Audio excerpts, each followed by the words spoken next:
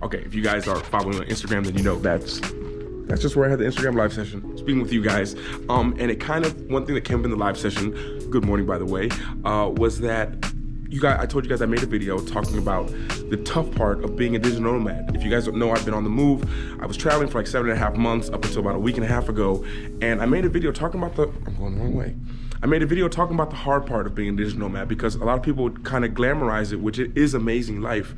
But I think people sometimes miss that it can be challenging. And I made a video in a beautiful place. So we'll go back there to where I made this video about being a digital nomad and the challenges that come up with being a digital nomad, and I hope you're doing good today.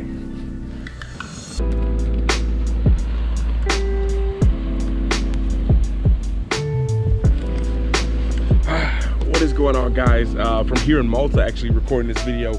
I actually have planned to record this a long time ago, but I kind of just, I don't know, timing never felt right.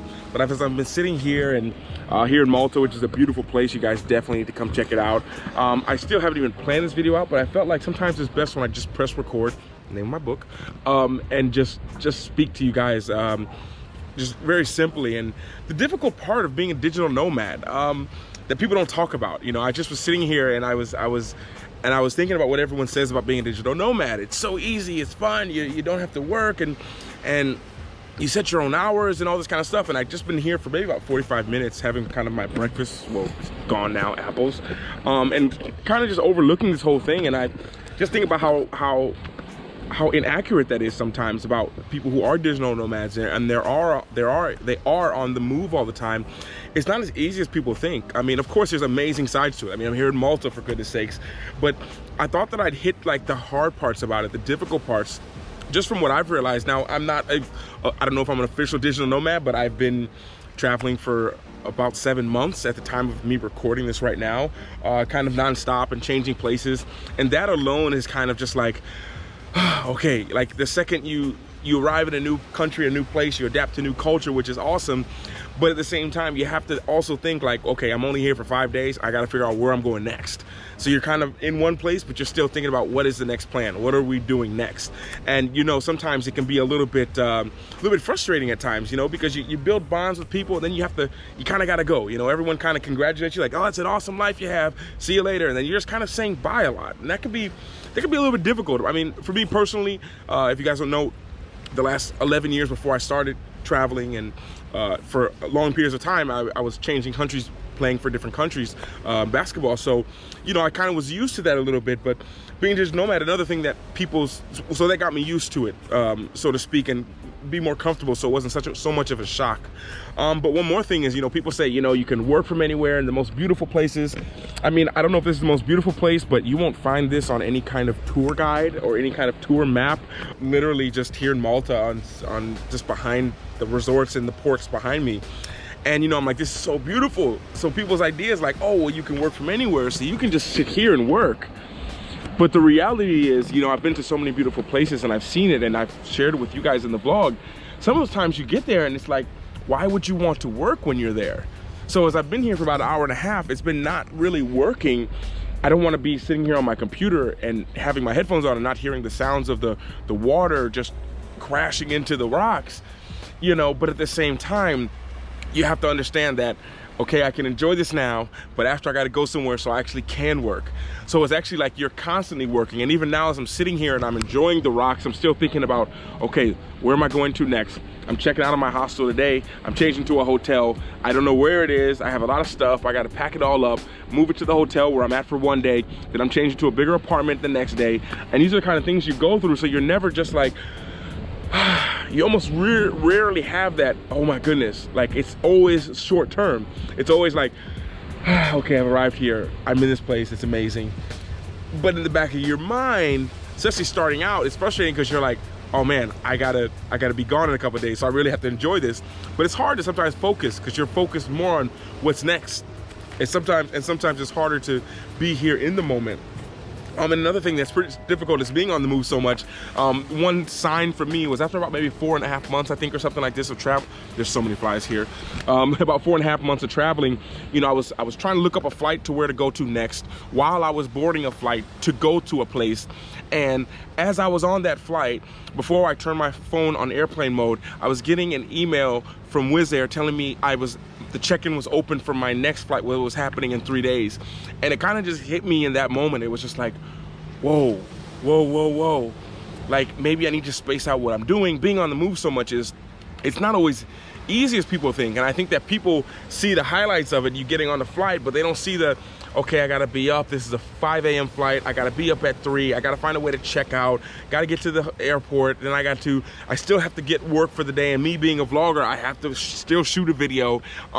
And it's not complaining at all. I don't wanna make this video about complaining, but I think it's about people to see the real sides of things. You know, there is great sides of it. There are so many things that I love about it, which I should make a video about the great things about being a digital nomad, but I feel like a lot of people already do that. I mean, making your own hours and Saturdays don't really matter. People are like, what are you doing this weekend? I was like, I don't know why. Whatever you want to do this weekend, we can just do today. You know, because you're kind of out of that whole Monday to Friday thing, which is great. But at the same time, what happens is you kind of disconnect a little bit from society, meaning like it's Tuesday night or it's Tuesday afternoon and the sun is out. Let's go have some drinks and sit by the rocks all afternoon. But it's like, oh, there's not a lot of people who can do that. So there's times when you're just kind of on your own to do things, which is great. But at the same time, if you're not used to that, it can be a little bit frustrating because you're like, okay, I can't do anything until 5, but when everyone finishes working. But the great side is you have places like this all to yourself because people are working and in school and all those kind of things. But I feel like I don't like to just point out all the good, and I feel like it's important to sometimes talk about the difficult parts of being a digital nomad. For me, and just being on the move all the time, like I love that kind of, I love moving and I love meeting new people. For me, I love it.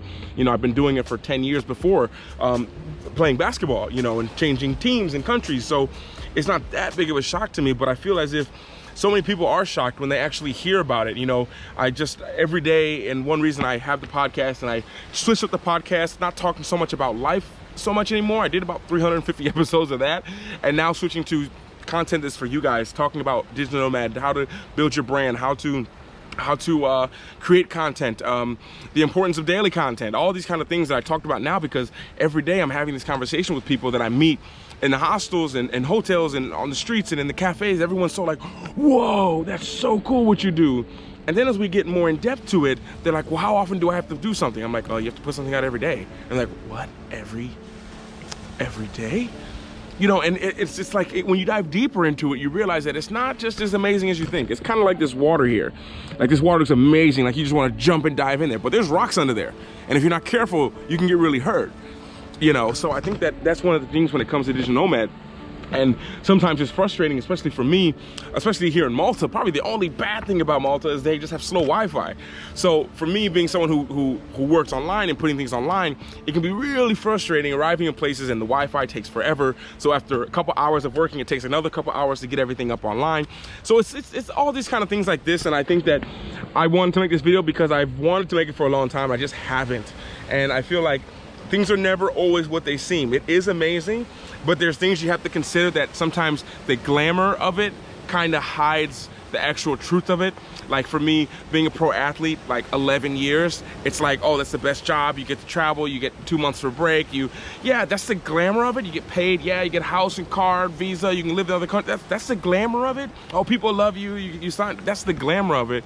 But when you look at the reality of it, it's like, yeah, but you have like 8 a.m. training, then 6 p.m. training, and then you do that for 5 days, and then you have a game on top of that, and then after you have the game, then you have 1 day to recover if you have that, and then it's back into the season, and that goes on for 10 months, you know. And doing that for like 11 years, you know, I felt as if people needed to know, like, it's not as easy as you think. And at the same time, you have, when you take into consideration, you could be injured, you can be cut, you can, things don't work out with the team, you don't get re-signed.